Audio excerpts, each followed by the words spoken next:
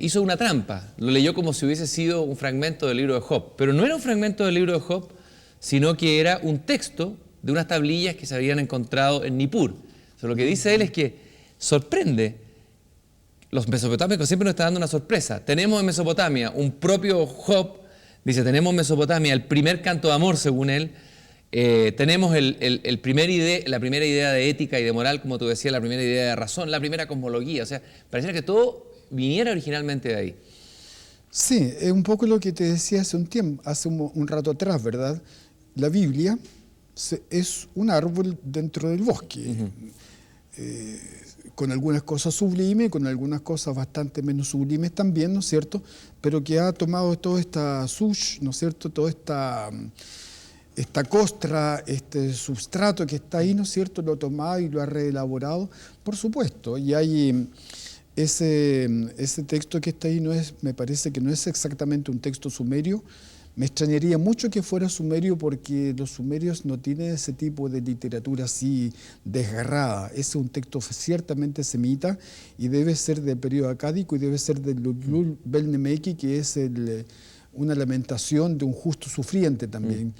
El Lutlul Bel-Nemeki quiere decir quiero alabar al Señor de la sabiduría y en el fondo se trata de decir explícame por qué sufro y compadécete de mí.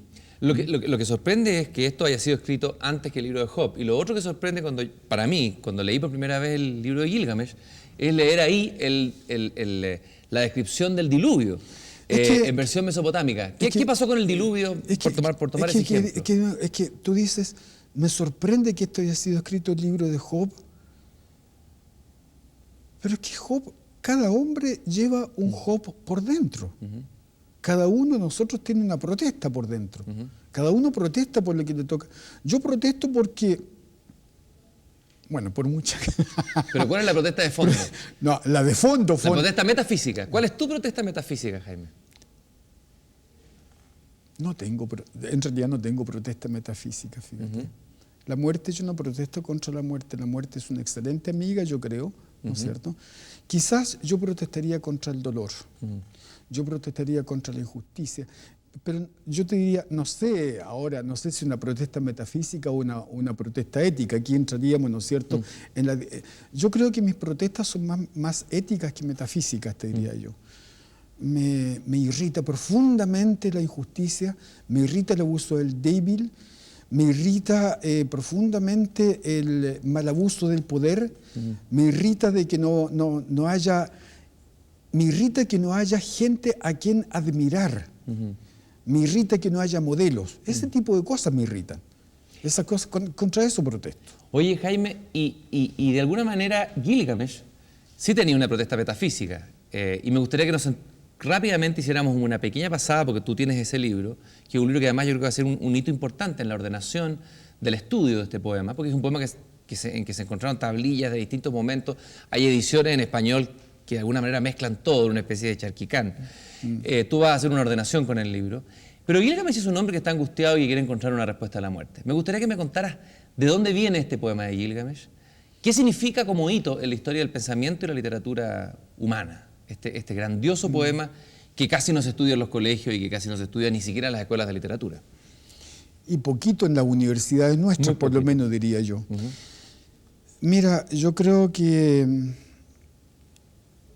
la protesta de Gilgamesh y la inquietud de Gilgamesh es un poco por el sentido, probablemente, sí, quizás está muy fuerte el tema de la muerte, pero yo creo que hay varias otras cosas subyacentes, porque con la muerte al final Gilgamesh se reconcilia, diría yo. Al final es la condición humana, una cosa tan obvia, tenemos que morirnos.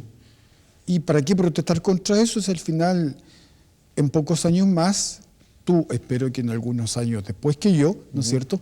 Pero estaremos bajo tierra y estaremos tranquilos y habremos dejado esta vida. Y eso está muy bien, así es.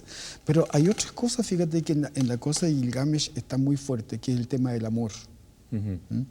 Y hay una cosa ¿Es un poema del amor también? Sí, sí. Es un poema del amor y de la amistad. Yo creo que, fíjate... Si puedes contarlo, porque como nadie lo ha leído, la historia brevemente. ¿Qué es el poema de Gilgamesh? Bueno, Gilgamesh es un héroe, la historia literaria es sumamente compleja, pero quiero irme al último estadio porque que es el estadio estándar también del cual todo el mundo habla y el que tú citabas también en ese momento. Pero Gilgamesh es un rey abusador, despótico, que vive en la ciudad, y los dioses, esto es curioso, para darle paz a la ciudad, entonces crean a alguien que sea igual a él en el desierto, un salvaje, Enkidu. Y abreviando el cuento, Enkidu hay una especie como enfrentamiento de cowboys, ¿no? Y entonces, con una cosa muy cowboyana también, si tú quieres, ambos luchan y finalmente se hacen amigos. Se hacen amigos, a partir de la lucha se hacen amigos y de ahí parten en sus aventuras y de ahí parte el tema de que tenemos que hacernos un nombre, tenemos que construir nuestro nombre, entonces haciendo grandes aventuras para construir el nombre, pero sin embargo eso no soluciona el problema de la muerte. Y finalmente porque Enkidu muere, y entonces se muere como quien dice la mitad de Gilgamesh. Y entonces Gilgamesh parte buscando una respuesta para la muerte de Enkidu. Enkidu tiene un encuentro con la tabernera, llega finalmente hasta su ancestro allá, el héroe, el sobreviviente del diluvio, y no encuentra absolutamente ninguna respuesta para esto. Le dan una planta de la vida, pero esa planta de la vida se la roba la serpiente y al final Gilgamesh vuelve a su ciudad y dice, mire, en el fondo lo que yo tengo que hacer, la cosa concreta que hay que hacer aquí, es que yo como rey me preocupe el bienestar de mi ciudad.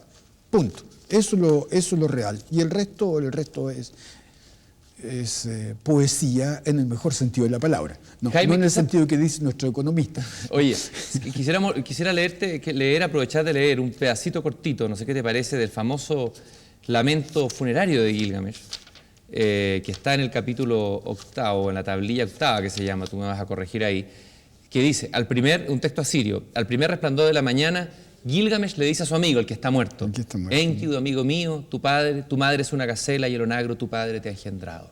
Tú fuiste criado por las criaturas con colas y por los animales del desierto en toda su extensión. Que los caminos de Enkidu en el bosque de los cedros lloren por ti. Que jamás callen ni de noche ni de día. Que los ancianos en la amplia calle de la amurallada Uruk lloren por ti. Que nos bendigan su dedo detrás de nosotros. Que las cimas elevadas y montañas lloren por ti. Que los campos, como lo haría tu madre, lloren por ti. Que la resina de los cedros llore por ti. Lloren por ti oso, hiena, leopardo, tigre, ciervo, chacal. Llore por ti el santo Ulay, sobre cuya orilla habíamos andado muchas veces fogosamente. Me impresiona, quizás podrías explicar este impresionante lamento funerario, esto que muere alguien y todo llora, la creación entera, los lugares por donde alguien ha pasado. Fíjate que es una letanía. Es una letanía. Casi un mantra, ¿no? Casi un mantra, si tú quieres, ¿no es cierto? Ta, ta, ta, ta, ta, llore por ti, hay un ritmo. Alguien dijo por ahí, un investigador alemán, Hecker, dijo que la poesía del Medio Oriente es una poesía por percusión. Qué bonita esa idea, a ver, ¿cómo es eso? Eso que tú leíste. Tac, tac, tac, tac. Lloren por ti, llore por ti, llore por ti, llore por ti. ¿Te fijas? Te va entrando por percusión.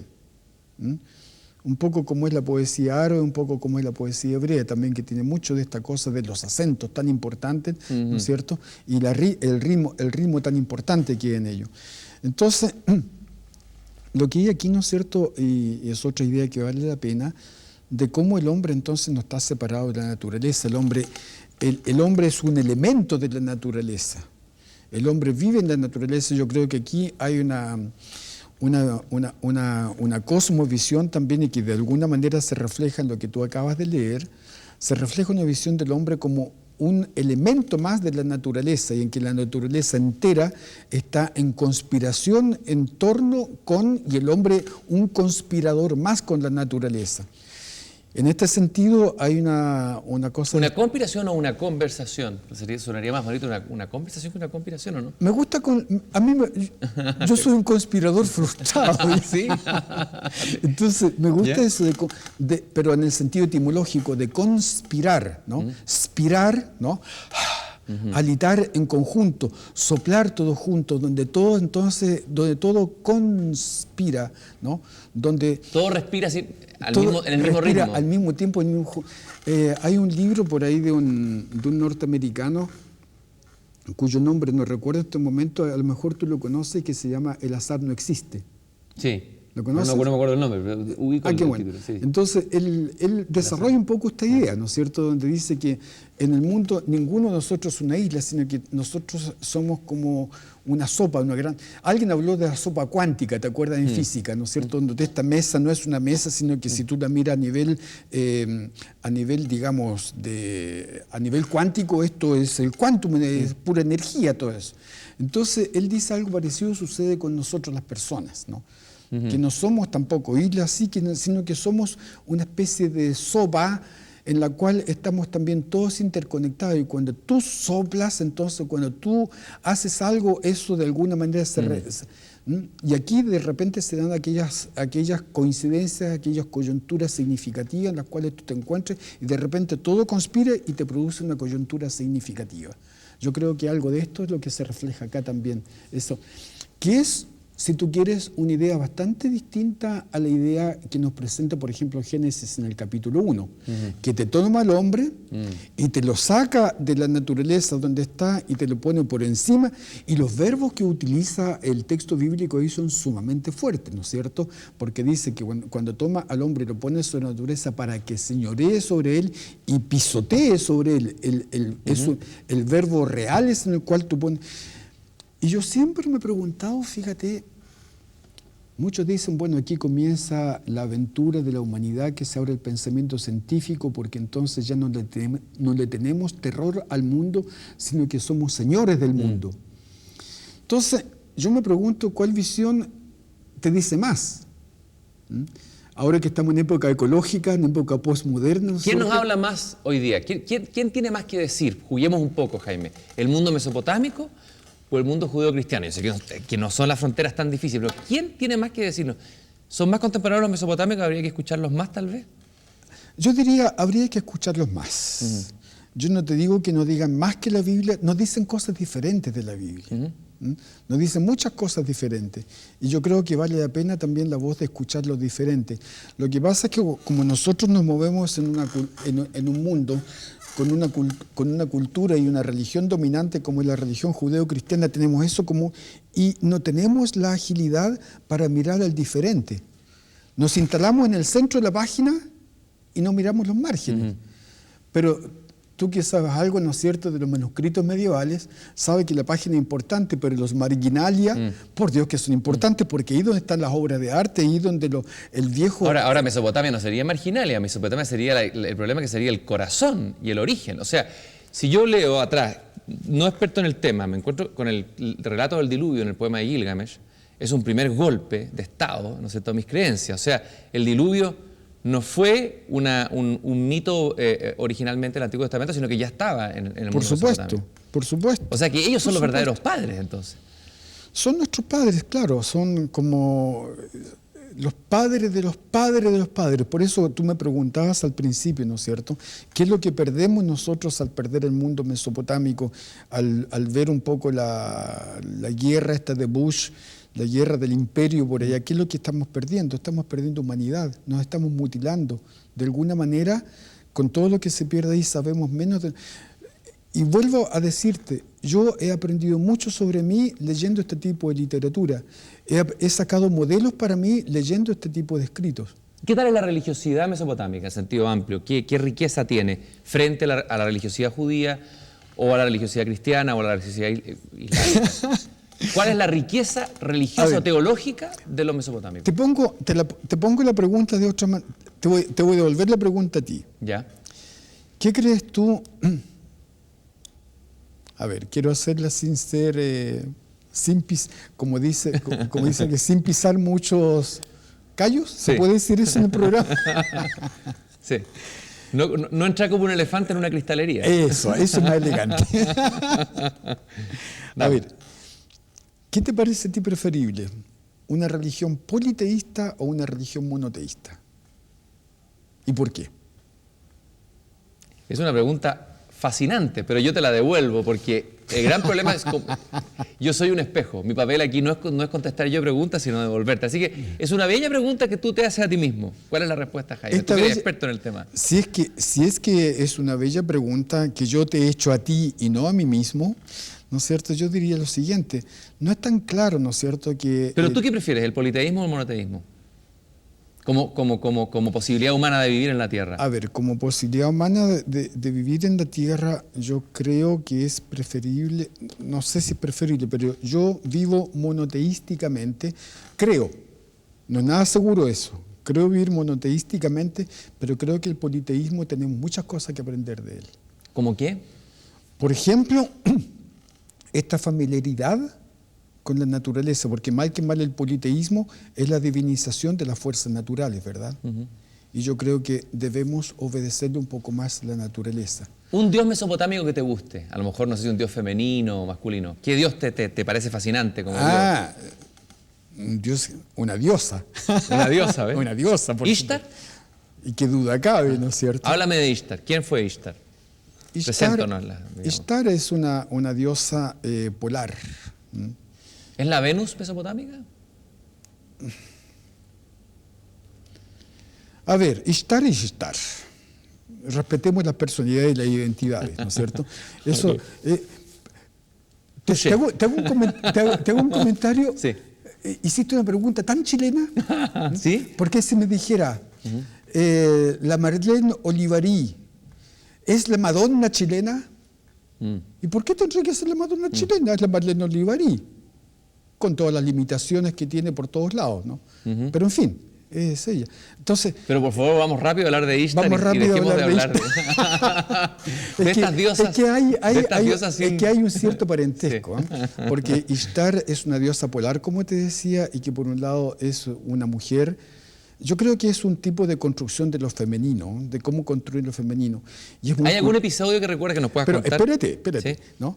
En esta construcción de lo femenino, los mesopotámicos han reunido en Ishtar dos características fascinantes, porque Ishtar es la diosa de la crueldad, de la sangre, del derramamiento, de la guerra, es la diosa de la espada, la diosa que degüella, la diosa, ¿no? Y por otra parte, la diosa voluptuosa, la diosa del amor, de la lujuria desenfrenada. Entonces, es un poco como las dos caras. Esto, yo diría, es un paraíso para un psicanalista, ¿no es cierto? ¿Qué es lo que pasa si es que se puede hacer un psicanálisis social, ¿no es cierto?, en una sociedad?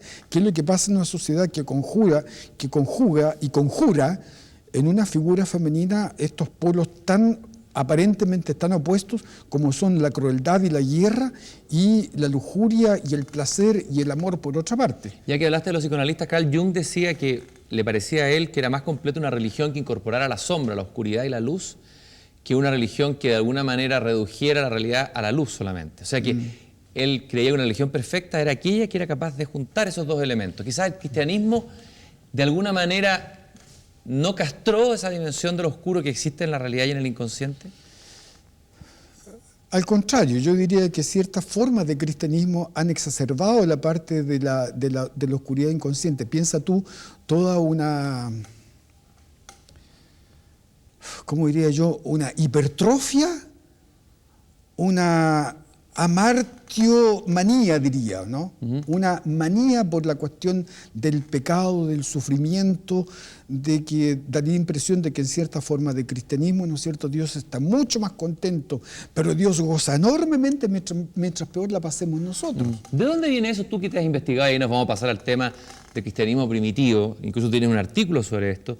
¿De dónde vienen ciertas cosas del cristianismo que nosotros creemos propias del cristianismo, pero que en realidad parecen tomadas de otro lado? Por ejemplo, el sentido ascético, el asunto también del martirio, del sufrimiento. ¿De dónde viene eso?